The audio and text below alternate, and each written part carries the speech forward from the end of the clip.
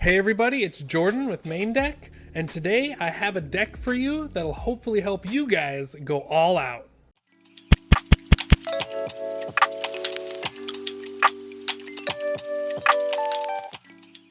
Hey guys, today I have an IZUKU Midoriya deck that'll hopefully help you guys go no holds bar and let everything go in a glorious burst of damage.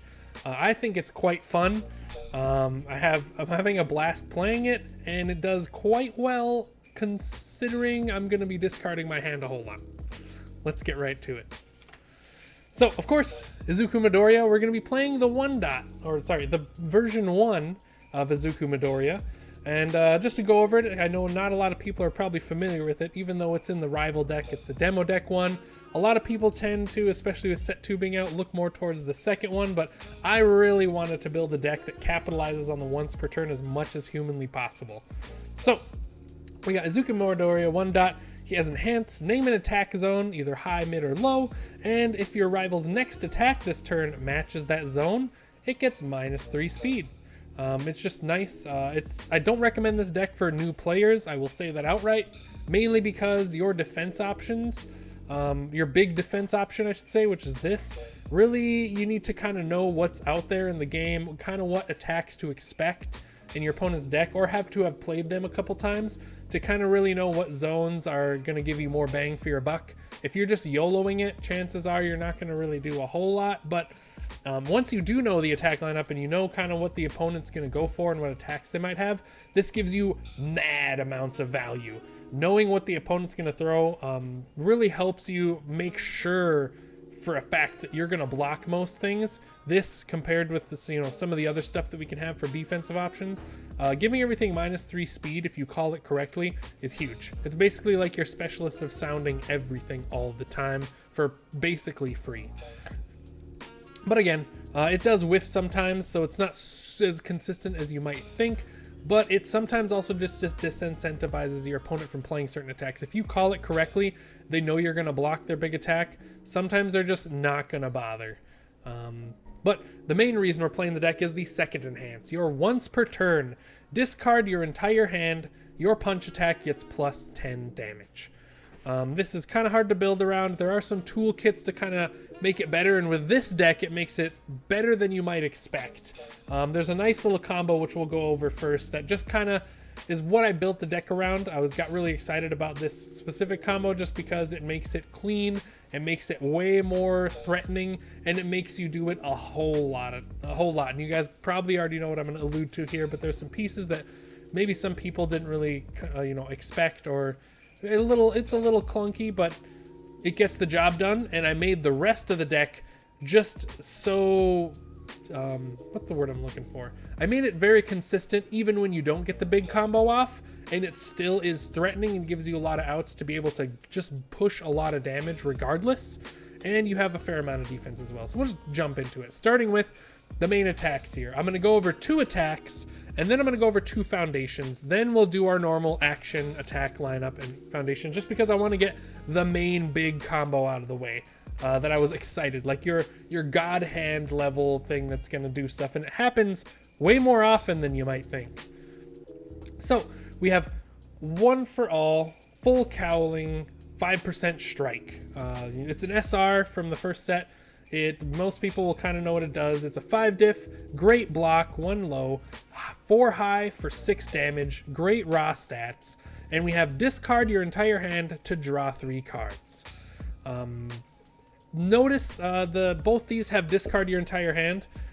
This doesn't mean you have to actually have cards in your hand. You can do the action of discarding your hand with no cards in hand. So when you play this, for example, you can pitch your whole hand, give it +10, and then pitch your hand again to draw 3 cards. It kind of just makes it one of the better options to play your Midoriya Enhance, especially if you only have 1 card a turn that you're going to use it on. This is the card you're going to want to do, unless there's other stuff in your hand that you really want to hold on to, which most of the time, once your foundation line is built, you're not going to care too much, unless you're really hurting for foundations or they've destroyed stuff. But most of the time, you're going to be pitching your hand when you play the discard draw 3. You'll be given this +10 damage as well. It also has, if the attack is not blocked, commit your rival's character. This will also do wonders if you're playing someone like Nomu who doesn't like to block or doesn't plan on blocking and doesn't have the proper block. You just hit him and then commit him, and then you don't have to worry about the setting to 6. There's also, plethora of other people that have really good defensive options on their character. This helps you just turn it off or force them to block it. Again, if you're giving it plus 10, they're probably going to block it, but if you're using this out the gate to kind of filter your hand and hope you draw attacks, or with the combo I'll show you, draw the exact attacks you need, this makes it so they kind of have to block it or turn off their defense. And with some of the big attacks that are on the way, if not already on board, they're gonna want to make sure they have their defensive options. So we run 4 copies of this, of course. We have 4 copies of Joint Effort Offensive. It is a 2-check, I know, but this card is part of the reason I wanted to play the deck. I wanted to find someone who played this the best.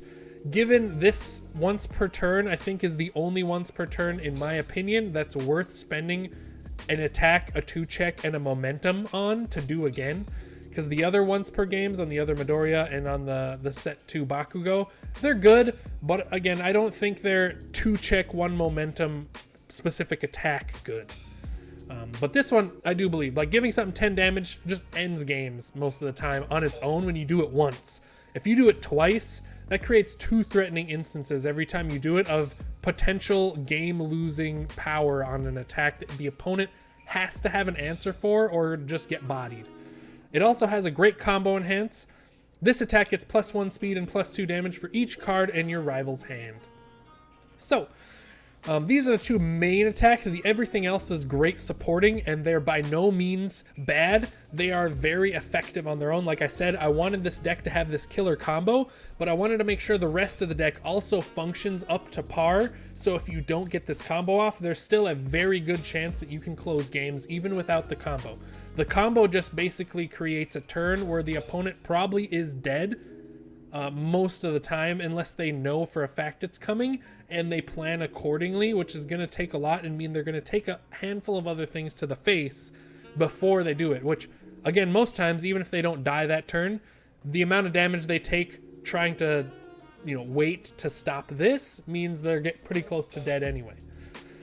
So the joint offensive effort offensive most of the time will be your second attack, so you can capitalize on that combo. The God combo is you play 1 for all first Cowling Strike.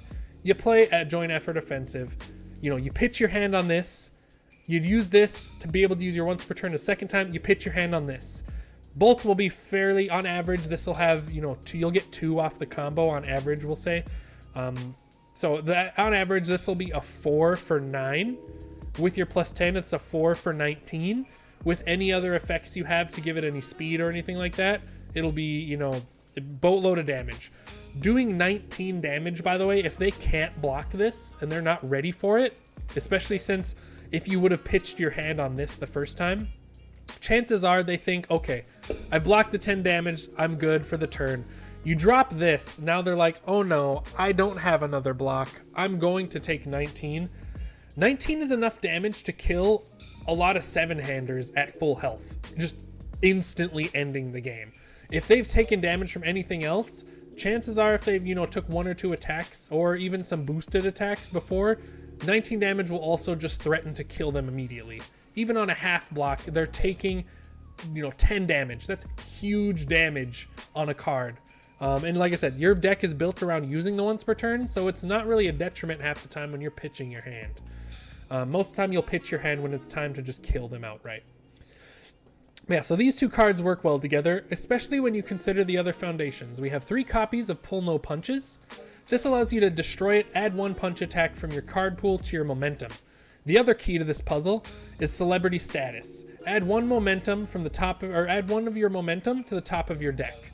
So, the play here is, you play some attacks, you play an attack, you'll play joint effort offensive. This is the big golden hand combo I was talking about. You play like hardened jab, for example. They have to block it, or they discard it. If they block it, they discard a card, or they're just taking some damage to the chin. If they don't know this attack is coming, which they'll probably have some semblance of knowing that you're going to pitch your hand at some point, so it's not always going to work to your advantage, but Sometimes they just have to block this. You have other damage increases in the deck, so this will be, you know, a little bit more beefy than it looks at first. They block it or they don't. Doesn't matter. You play Joint Effort Offensive. You use the Combo Enhance. You give it plus, you'll give some speed damage. If they block the Hardened Chop, or really, it doesn't have to be Hardened Chop either. I say Hardened Chop, but it can be any of these other attacks. Any of the attacks, doesn't matter. We just need the bonus combo here. So you get the combo, you beef it up, you discard the momentum, and you say, hey, I'm gonna play my once per turn more than once. Okay, cool. You then you don't use it yet.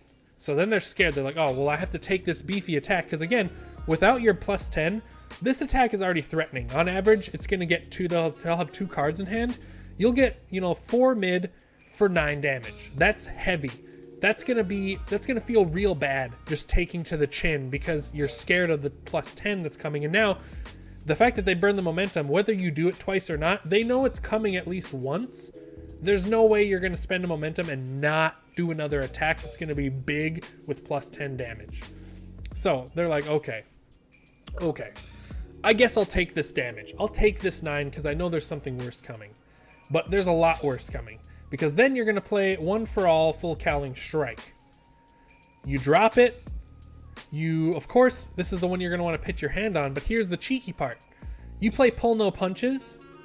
You can put one of these other, you know, any of the other attacks that are all, you know, punches back into your momentum from the card pool, whichever one you played first, you put it into the card pool, or even you could do the Joint Effort Offensive as well, because it's a cheap 4-diff attack, and it allows you to get that plus 1 speed, plus 2 damage, in addition to whatever thing they have. So you kind of play it by ear here. If they have a boatload of cards in hand, because they're planning on hopefully, you know, having whatever they need to block, you grab the Joint Offensive, stuff it in momentum, you use the Celebrity Status, put it on top. You'll pitch your hand to give it plus 10 damage.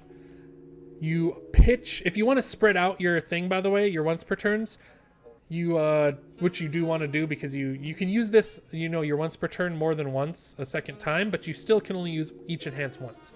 So you pitch your hand, give the full cowling plus 10. You pitch your hand, you draw 3 cards. So now you just drew the card you stacked on top. So you're guaranteed to have that second attack that you need to pitch your hand to do another plus 10. And depending on what you picked, it's probably really threatening. Whether it's the throw, so even if they do end up blocking it, taking a boatload of damage. This is a high. If they don't have the high block and they half block it, they're taking 8 minimum because you gave it plus 10, and you know you have other things to give it plus damage, which we'll go over. But this just creates a really rock and a hard place. They have to deal with your plus 10 twice on one card that, you know, you have other zones here, low or high, depending on what you picked. They're either going to be having to take the plus 10 after this full cowling on a throw, meaning they're going to take half, or they're going to take it on something that has a weird block, like they're going to have a low block, or they're going to have a high block, depending on if you pick one of these.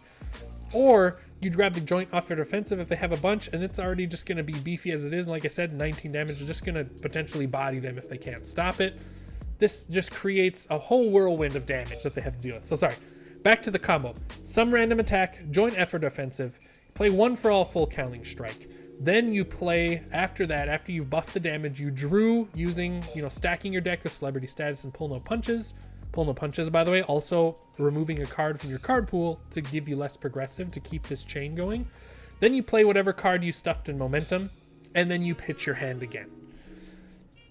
Very, very great combo here that lets you just do awesome output. But again, now we'll go back and do our regular actions, attacks, foundations, so you can see the other pieces here. But I just wanted to cover that one first because that's the main thing you're looking for, because if you can get that combo off, chances are that turn the game is over unless they were heavy planning for that to happen.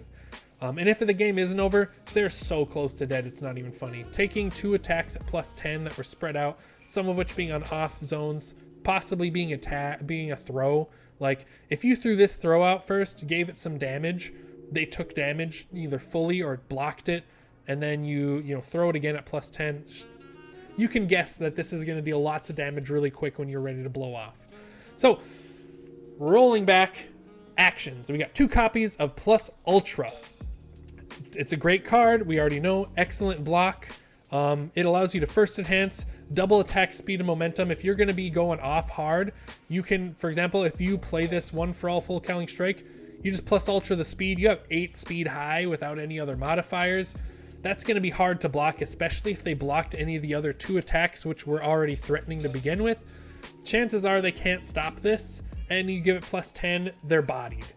Like, it's just great card. Plus ultra does work no matter what you're doing. You could play plus ultra when you use reverse throw, make it 10, give it another plus 10, make it 20. Like, so many uses for this card in the deck. We also got 2 copies of Capture Evildoers. Denies your opponent momentum, gives you momentum. You have a handful of ways to use that momentum, whether it's for plus ultra or you're using it to use joint effort offensive, or you're using it to boost speed on setup strike. If that's going to be your, big bombo attack, you have plenty of ways to use momentum in the deck. It also has discard 1 momentum to discard cards from your card pool. Also relevant, if you do a big long string and you still have been saving your plus 10, you got another attack, you want to make sure it plays, you just use Capture Evildoers, you discard them from the card pool to guarantee you can play that last attack for cheap, and then you blast them. The next ones we have are Foundations. We're going to run through these a bit quicker since the main combo is here. Sorry, attacks, I'm bad. So, as you saw the attacks before, we have 3 copies of Hardened Shop. It is a punch, relevant for your abilities. It is a low attack, making it a little bit harder to block. It's a 4 speed, 5 damage attack. It allows you to destroy 1 face down foundation to build the top card of your deck face down. We have a handful of effects that do flip, and this allows you to, when they're committed, just destroy them to basically get a new uncommitted face down foundation. And then it has, if the attack is blocked, your rival discards 1 card. When they know you have big attacks coming, they may not block this because they don't want to discard the card, which means you can feel free to pump some of the damage on this, because not using Midoriya's means Midoriya's is coming later, most likely. So they're going to be very weary if they do block it, because they're going to have to pitch 2 blocks for this, making it less likely that they can stop your big attack later. It just puts them in a rock and a hard place. They have to choose to block it or not. Both are punishing in their own way. Being 5 damage base with bonus damage from some of our other abilities, this makes it, 7, maybe 8 damage. They have to eat 8 damage or throw 2 blocks and potentially not have the ability to block your big attack later. 4 copies of Back Alley Haymaker. Great block. It's a mid 4 for 5, has stun 2, EX2. This card is just loaded. EX2 is great because it gives you a momentum outlet that is super relevant to pushing your 10 damage through. So this is almost every card in this deck can be a great option for your minus hand plus 10 damage, because all of them have ways of either boosting the speed or making it hard to block, or their throws. Like that, it's just every card is a good option. It also has draw 1 card, which helps you also. You don't need the full cowling strike to do that combo I mentioned before, because we have Foundations, by the way. This is why I also said that big beefy combo is more repeatable than you might think, because we have Back Alley Haymaker to draw a card. Our next attack also can draw a card. We also have some Foundations that allow you to draw cards. So you can do the pull no punches, celebrity status, or just celebrity status, because sometimes you'll already have momentum. Use celeb status, the next attack, or the joint offensive in there. You're setting yourself up for more attacks, which is always good, and setting yourself up for more possible plus 10s in the future, because you can draw the attack you're gonna need to plus 10 again. Or it lets you build a 0-cost foundation. We have a handful of those. 0-cost foundations in this deck are actually pretty alright. You have a couple that give you relevant abilities the more you have, and being able to just get a foundation when you need it is also good. Gives you that great option. The next one, we have 4 copies of Reverse Throw. It's a throw with the word punch on it, which should always be 4 of in Midoriya 1, given he can give plus 10 to this throw at any time. If they don't have Wall Cling or a Faith Shield, chances are this is going to be doing at least 8 damage with no other modifiers other than pitching your hand. And if it deals more than 5, so if it does that half, dealing 8, you get to draw a card, which again is another outlet for celebrity status. Stuffing a prominent attack such as joint effort offensive is going to be the best one you always want to do, because being able to use that plus 10 a second time, so you plus 10 this, put joint offensive on the top, draw the joint offensive, play it, enable your ability to use plus 10 twice, use plus 10 again, and the opponent is just always stuck between having to deal with 2 huge attacks. We then have 2 copies of Setup Strike. It allows you to make your next one plus 3 speed, which is very relevant when you want big attacks to make it through. You Setup Strike. 9 times out of 10, if they don't have a ton of blocks, they're not going to block it because they know the next attack, if you haven't used your Midoriya enhance yet, means the next attack will be at +3, +10. They have to account for it. They just have to. And sometimes they take it in the face, and then you just don't attack with something else, and this is the turn you don't give the +10 to anything. And then they just took that in the face for no reason. It also has a momentum outlet. Discard this attack, it's +3 speed. So let's say you Setup Strike into Setup Strike, or you just play a raw Setup Strike. You give it +3 speed, 6 speed high for, you pitch your hand at that point for 15 damage. That's rough. Even if you don't pitch for 10 damage, having to block only a 5 damage attack on a 6 speed, on average, block modifier is 2. You have to get an 8 to stop this attack. That's not the Midoriya +10. It'll feel bad when you're fighting this deck to do. And that's our attack lineup. Moving right along to our foundations. So we have First Impressions at +2. This creates another great dynamic, particularly with the one I told you before, because most of the time your first attack is not going to be the beefy one. This allows you to get speed on the next attack, which might be your pitch 10, do a bunch of damage attack. This also makes your first attack +3 damage, like I was saying before, along with some other damage modifiers. You throw something like Hardened Chop or your Setup Strike first, give it +3 damage. Those are now 8 damage threatening attacks, but it's at the cost of giving the next attack speed. And if you haven't pitched your hand in this particular deck, as hard as it is to take 8 damage to the face, if they only have the ability to block once or twice, they're not going to block the Hardened Chop, even if it's at 8 damage, because they know +10 is coming. And if, like I said, if they only have 2 or 3 cards in hand, dropping 2 blocks to stop 8 when you know +10 is coming is hard. They'll probably just take the 8. And at that point, like I said, you might not even have the next attack to pitch your hand for. Maybe you're going to build foundations. So it creates that mind game of what's going to happen. Do I block this and risk taking an attack +10 later because I have to discard? Or do I just not block it, hoping that they have that and try to play it so I can stop it? It just creates a lot of great interactions between you and your opponent playing those mind games. They're not sure what to do. What do I, they're always stuck between rock and a hard place, and the hard place is generally damage that is going to just outright kill them. We got 2 copies of Taiyaki Fanatic, mainly because destroy your rival plays an enhance or asset on an asset or foundation, you cancel it. That's going to be great. You bank, or not bank per se, but you're going to be having attacks that you give +10 that you don't want them to reset the damage. You don't want them to do some shenanigans that is going to prevent that from happening or prevent that from going through. This gives you the flexibility to just be like, oh, you played that enhance? Yeah, cancel. Even if they do have something like a wall cling, they're planning on half blocking, you cancel it. Having the cancel is nice. If it has some character ability, you're out of luck there, but having the ability to cancel their things that are going to stop you from doing your big Bombo Blast is great. 3 copies of Any Means Necessary. This has an enhance where you commit your character. If you have 0 cards in hand, this attack gets +1 speed, +3 damage. If you've pitched your hand for the last time, and this is the Haymaker, Hail Mary attack you're going on, being able to just give it that extra speed and even more damage is wonderful. It unfortunately lets your opponent know that this is probably the last attack you're throwing, given you're committing your character, turning off your abilities, and again, you're turning everything off because then you don't have your defensive option for your turn.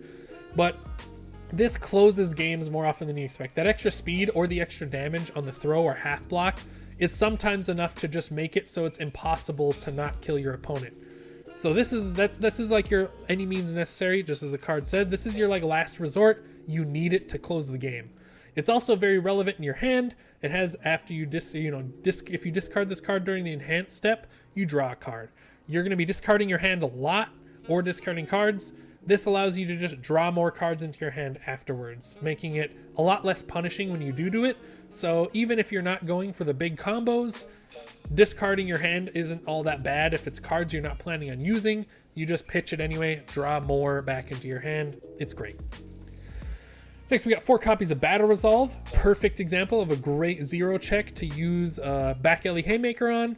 It also is just a great spam foundation. It has commit 2 copies of this foundation, and this attack gets +3 or -3 speed. That helps you shore up your defense, or if you're on an offensive turn trying to kill them, that boosts your big +10 damage to, you know, nice speed. You use that on this, it's going to be a 7 speed high for, you know, however much damage. That's going to be hard to stop for anyone, let alone the fact that it's probably your, you know, second, third, or fourth attack that you're throwing. So they either have just taken a bunch of damage waiting for this moment, and then this moment comes and it's really hard to stop. We got 2 copies of new training method. It's a 4 check. I thought about maybe running more. I might run more, but I think it's good at 2. I see it when I need it, and it doesn't, you know, bother my checks as much because there's only 2 copies. It allows you to build a card. After you build it, it lets you build a foundation from your hand committed, allowing you on those, especially the early turns, allowing you to really just build out before there's any danger of anything happening. Or it gives you foundations on board to use as fuel for other things. You can destroy a foundation to do stuff. Actually, I just realized I don't have that card in here yet, but we'll put it in the cards to consider. It eluded me. Add another card to consider here would be self-sacrifice. Either way, self-sacrifice is good on its own, but we have this here going for it. So you build, it lets you build something else, lets you build our pull no punches, being that we do run some 3-diff foundations. Sometimes they're a little bit harder to play, especially in the beginning of the game. This allows you to put it down for free. You won't be able to use it that turn, but if you're building it, it's already your end phase anyway, so it doesn't matter. This is an offensive foundation. You don't care that it's tapped on your opponent's turn. It also has, after you check a foundation, add it to your hand. So you just commit this and flip it. This will allow you to, if you check your celebrity status, since you'll want to see celebrity status a lot in the deck, or maybe even your Taiyaki fanatics, you have a lot of important, fun pieces that are really potent. Being able to just, when you check them, be like, yeah, we're going to put that in the hand. We're going to build this at the end of turn. Make sure we have it for future turns. Very good. The next one we have is High Value Target. 2 copies. I thought about upgrading this, but I think 2 copies is good enough. It has a constant effect when passing checks. Committing this card counts as 2 foundations, helping you block stuff. That, combined with your battle resolves and your IZUKU Midoriya enhance, assuming you call correctly, makes it very easy to block stuff and make you be able to block more than once fairly consistently, being able to, double tap for this essentially. Also, it gives you some protection. If someone was to destroy your foundations, you do have a lot of foundations that give you a lot of value. So being able to just be like, instead of destroying that thing that you want me to, I'm going to destroy this as a response. Then we got 4 copies of Manly Friendship. Great spam foundation, gives you a great once per turn offensively and defensively. You give your stuff +1 damage, you give their stuff -1. If you get, multiple of these on board, there's some attacks that you can just not block because you just have so much damage mitigation. They throw an attack, you give it -2, 3, or 4 damage with these Manly Friendships. You just don't have to worry about blocking it at all. Then we have 4 copies of Celebrity Status. You already know what it does. Don't need to go over it. We went over it already. We got 4 copies of It Can't Be Fixed. Probably one of the best cards in the game, in my opinion. Great check. Super good spam foundation. Excellent block. Great stun hate, and it doesn't specifically say the word stun, so it's just great commit hate. There's a lot of effects in the game that commit things but aren't stun effects, and this still works against them. Then we got 4 copies of Bonds of Friendship. We got great 6 check. We love 6 checks. It's a great spam foundation. Again, excellent block. And its flip, reduce this Fury attack by -3. A lot more, about half of the attacks in the game are Fury attacks, so this will be relevant half the time. At the least. And again, that's just part of your damage mitigation package. There's times where people that are running Fury attacks, you'll just make their attacks do 0 and you don't have to worry about blocking them. Very good. We have 3 copies of Passing the Torch. Commit, draw 1 card, or if you have no cards in hand, you draw 2 cards. We're going to be pitching our hand probably once, maybe even twice a turn, being able to just draw 2 cards for your block, or maybe setting it up with Celebrity Status to use this to draw your attacks on attacks that don't already have draw built in. Allows you to both get the attacks you need to finish the game, or get the blocks you might need for your defensive turn. We got 3 copies of Note Taking. Great defensive, or not, sorry, great spam foundation that allows you to give any of your attacks, because they're all punch attacks, +2 speed. Since we already got the big damage package with Midoriya, this gives you options to just give the speed you need to make sure the opponent can't stop your big damage. And last but not least, we got the 3 copies of Pull No Punches, which we've already went over. I will, however, touch on the Deadlock Enhance because I forgot about it because it wasn't relevant to the combo. But we have your punch attack gets +2 speed and gains stun 1. So if your opponent thinks they're gonna just build out to no end for Deadlock, this gives you basically a virtual 3 speed on everything, making it less good for them if they decide to go to Deadlock, because they would have been to Deadlock, so they had resources to block your punches that are going to be big. This basically makes 3 of their resources not really worthwhile, because they're going to have to commit 2 more, and they're going to stun 1. So that is relevant for Deadlock Pressure. Now, as you guys can see, the sideboard there, these are cards to be considered. I won't go over them here as we want to keep this video a little bit shorter, but we will cover them as a Patreon exclusive content. You can see the cards here. You can probably guess why they're in the deck. But if you want my full take on why it's a card to be considered for the main deck, whether through testing or whether I just think it has a nice interaction, you guys can go ahead and check out our Patreon for as low as $2. You can get some bonus content for all the stuff we cover, as well as supporting our content and helping us hopefully do better in the future and, you know, do things like our lighting and stuff. So we like to thank all our patrons that we do have. Thank you guys very much. Hopefully I'll see you in a bit over on the Patreon exclusive so you can see why I have these cards here that I want to consider for the deck. Go ahead and check out our Discord as well. Links for that will be in the description below. On our Discord, you know, in addition to just talking about all kinds of card games, we have a great community there with a bunch of people always going off building decks, looking for, you know, tips and tricks. We also have leagues that we run every month for multiple games, including the My Hero Academia format. It's free to enter these leagues, and they come with a slew of prizes as well. You can go ahead and check out all the prizes you can win, and we incentivize you guys to play. The league structure is really fun. We've had nothing but great responses from our leagues currently. People are loving it. It's a little bit more casual, so you can go ahead and bring your fun decks. It's a great place to test your decks if you're, you know, gearing up for those regionals and provisionals. So I urge you to check them out. Thank you guys for your time, and I hope you guys have a fantastic rest of your day.